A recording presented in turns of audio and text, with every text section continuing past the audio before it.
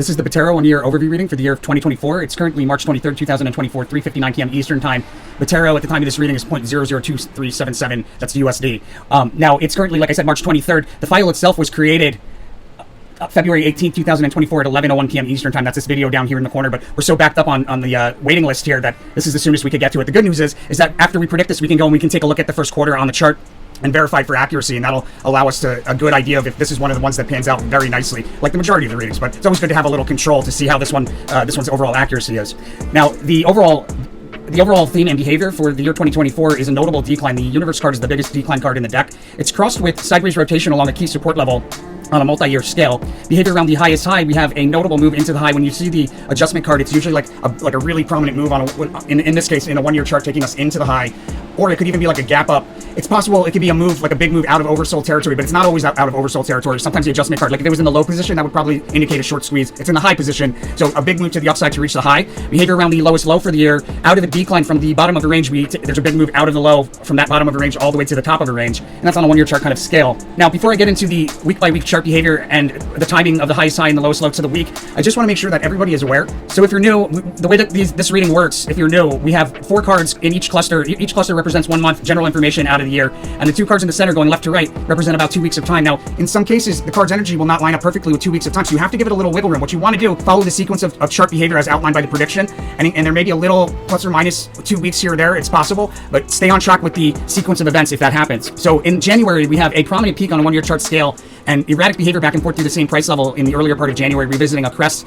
that was recently a past opportunity. Behavior around the January low, we have a significant decline into the January low, and that's very likely it will act as a lowest low, at least thus far for the year. The two of discs indicates sideways fluidity. After we have this big move into the low, we should see sideways fluidity, equal amounts in bulls and bears, inflow and outflow, kind of like moving sideways along key support on a multi-year scale as we move into the later part of January. The behavior around the January high, volatility and a sharp drop that stands out in that period of volatility, and there's a trade opportunity at the January high, which I'm going to get into in the paid version. We'll talk about the general timing and then what type of chart behavior to look for as far as entry and exit into and out of those trades, possibly even some price level information if we're able to extrapolate that.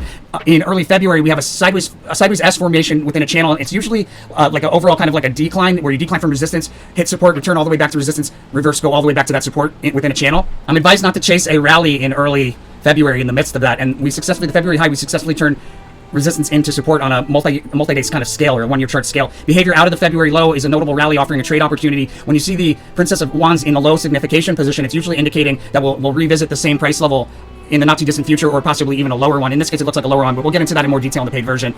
Behavior around there's a prominent trough in mid-February, and then we have multiple failed attempts to break through key resistance in the later part of February. In March, we have a rally along a diagonal trend line that ends with a fast sudden move higher, and then a breakdown through that diagonal trend line with increasing volatility on the way down. There's a notable amount of sideways rotation near the March high. March high is probably on the cusp of February, March, like we're seeing with so many of the other 1-year 2024 readings, but we'll take a look in a sec. We have a pop and drop kind of behavior near the March low, and the March low is probably around the 3rd week. There's like a sharp drop into the March low. The later part of March, we have a decline to and through support to meet another support, and then we bounce along the support sideways before breaking down through multiple supports. Before we go any further though, let's take a look and see how the reading has been holding up. And for those of you that are skeptical and think I'm just making up this stuff as I go, we have an ebook that gives you the definition. You can also go to our website and click on tarot cards, and you'll find the definition of every single chart. This is all free. All you have to do is make a free login, and you can consult these tarot yourself. But it's not made up, my friends, so stop being so cynical. Have some respect. All right, so with this low in January, right in the end of January 24th-ish, from a prominent peak that started right at the beginning of January when we revisited a crest that was recently a past opportunity right here, the same opportunity that was here. Hard to see it because it's showing it to me in like weekly candlestick bars, which is really annoying. But we have another low here in early part of March, and you can see there's a low there in the early part of March, like pop, and then we move to the upside. More likely see another significant decline back down to a low, and that's just it, guys. We have this pop and drop near the low, right? We'll have a pop, and we should have a drop back down to those lows. So my sense is that we probably see price level down around the 0.0019 by the end of March or into early April, but be careful because there's another big move there. Really accurate thus far. And in the early part of January, I hate how it does that. I want the window to go away. It blocks everything. It's so annoying. They don't have a good chart on Trading View for Betero, which is why I'm using this. But in that later part of January, we came down to this important support level on a multi-year scale. You see that?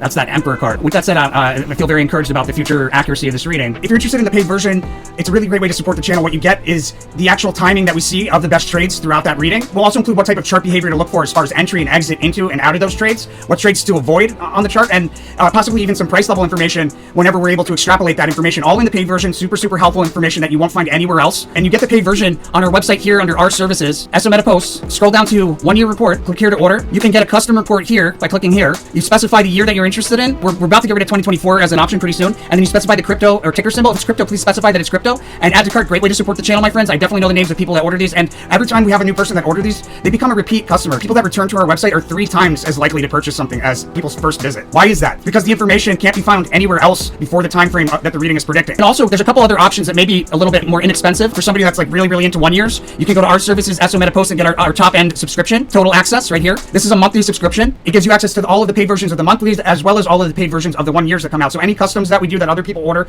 as well as any one-offs that we put out throughout the month, and then any monthlies that we do regularly, or if they're one-offs or the customs, those paid versions as well are in the total. It's a really great deal considering the price of the monthlies alone is $4.99. And then the last way that you can get some paid versions of 1 year is to choose one. These are the ones that have already been ordered. They're slightly less expensive. We've already done these. And with that said, let's get back into it. We go from that low there in the 3rd week of March into like a pretty notable move in higher to reach a key price level in April. Looks like we rallied pretty notably into a highest high, at least thus far there in April. Hard to say if that high is there in the beginning or the end of April, because we've got the peace card, which is an important price level. We kind of like flatten out around that at least momentarily, or resistance. The science price level, however, is like an important price level on a multi-year scale based on it being in this 1 year reading. So I would be looking for a high near an important price level in April on a multi-year scale as a high. And then the low of April is, we probably have 2 lows, or we see the same low again as the April low, because we have this prominent move higher followed by a full retracement back down. There's also a notable trade opportunity in the earlier part of April and around the low of April, which we'll get into in more detail in the paid version. All right, so in the early part of May, we have sideways rotation establishing support, a notable move higher on a 1 year chart scale, and then more sideways rotation at a higher price level. The May high, we have a notable decline out of it, offering some opportunity I'll talk about in more detail in the paid version. It's kind of similar, but the inverse of what we see for the Princess of Wands in the low of February. To see the Ace of Cups in the high position for May indicates we'll probably revisit that price level again, or a higher one in the not too distant future. In the later part of May, we have a failed attempt to break through key resistance, followed by a decline through key support. It's actually probably like a failed attempt at the high that we formed here in April, and then there's a near overbought crest that we sell off from in the later part of April down through multiple support levels. The April low, the Ace of Swords, also indicating we'll probably revisit this price level of the April low again, and there should be a lot of volatility into and or out of the April low. So a lot of volatility into and or out of the May low, and then we have like a sideways fluctuating decline that precedes a rally in the early part of June. So this high might be somewhere over here. There could be 3 highs in the 2nd quarter, or it could be 2 and one's combined here at the cusp. And then there's a rally into the June high along a diagonal trend line. We break through horizontal resistance, meet another resistance, and then pull back to somewhere between those 2 price levels. The later part of June, we have another significant decline and a lot of volatility. The Prince of Wands, or the Prince of Swords, usually indicates a lot of volatility and a lot of price change. It's kind of like one of those ambiguous cards as far as overall trend direction, because it could go either way. But we do have the orange correlation to the universe card here in late June as well, indicating a pretty significant decline that probably starts there. So we have a high here in April, we have a peak in July. It's probably like a revisiting or a failed attempt at the April high to break through. And then we have another high here in June, and we'll talk about where it is in relation to the previous high in the paid version. But the behavior around the June low, we have a rally out of the June low that increases with momentum moving forward in time. June low is probably towards the later part of June, like the second half. Looks like a pretty notable decline starts off of the June low with a failed attempt to break through key resistance in early July, followed by a decline through key support. And it's a key resistance that it'll look like we failed, like it'll look like based on technicals we're going to break through it, but instead we turn around and we decline. We might even break through it momentarily, but it's a disappointment. We turn around and decline through key support. Behavior around the July high, we have a prominent move higher through key resistance on a 1 year chart scale, followed by a full retracement of that move back down shortly thereafter, making like a capital A in the English language if the price level that we break through momentarily was like the horizontal line in the A. We have pretty notable price swings in the later part of July, and the July low forms from a near overbought crest that we sell off from through multiple support levels. There's a trade opportunity near a peak in the early part of August, probably in the midst of those price swings. And the early part of August, there's a period of volatility that ends with a fast sudden move higher. The August high forms when we have a notable move higher on a 1 year chart scale, offering trade opportunity I'll talk about in more detail in the paid version. And the later part of August, we have a notable move higher on a 1 year chart scale. Behavior around the August low, we should see a lot of bumping along resistance sideways. We might break through, continue bumping along another resistance, break through, continue bumping along another resistance. But with the Valor card, the majority of the behavior seems to be bumping along resistance sideways. Pretty sharp drop right on the cusp of August, September, taking us into another lowest low in the early part of the month. There's a U-shaped dip in the early part of September. An important price level or important range is highlighted at the September high, and we're bound by that range. So I don't expect that we make new highs in September of any kind. And then there's a pretty significant move. There's actually kind of like a breakout, at least temporarily, in like the 3rd week of September, around the 3rd week. The September low forms when we have kind of 3 crisscrosses back and forth through the same price level. Usually it's first to the up, then to the downside, then back to the upside, confirming a bullish trend. And so what you would see with that type of pattern in the low signification position for September is 2 lows. So it looks like we see 2 lowest lows there. A lot of volatility going on. And in the end of September, there's a really big move to the downside. Really big move to the downside, like right on the cusp of September, October. Bearish price swings, or the decline continues in early October. Off of the October low, we have a huge move higher. We push the upper end of a range higher. That's on like a multi-day scale, not necessarily the upper end of the 1-year chart scale, but it's on a 1-year chart kind of scale, just not the top per se. In any case, we have this unexpected move higher into the October high, and then the later part of October, we have a prominent peak that we sell off from. It'll be prominent on a 1-year chart scale, and we sell off from it. Really notably, moving into November, we have a breakout in the early part of November. The November high forms when we have a decline off of it through multiple support levels. The November low forms from a brief peak that's easily missed, followed by a decline through multiple supports into the low.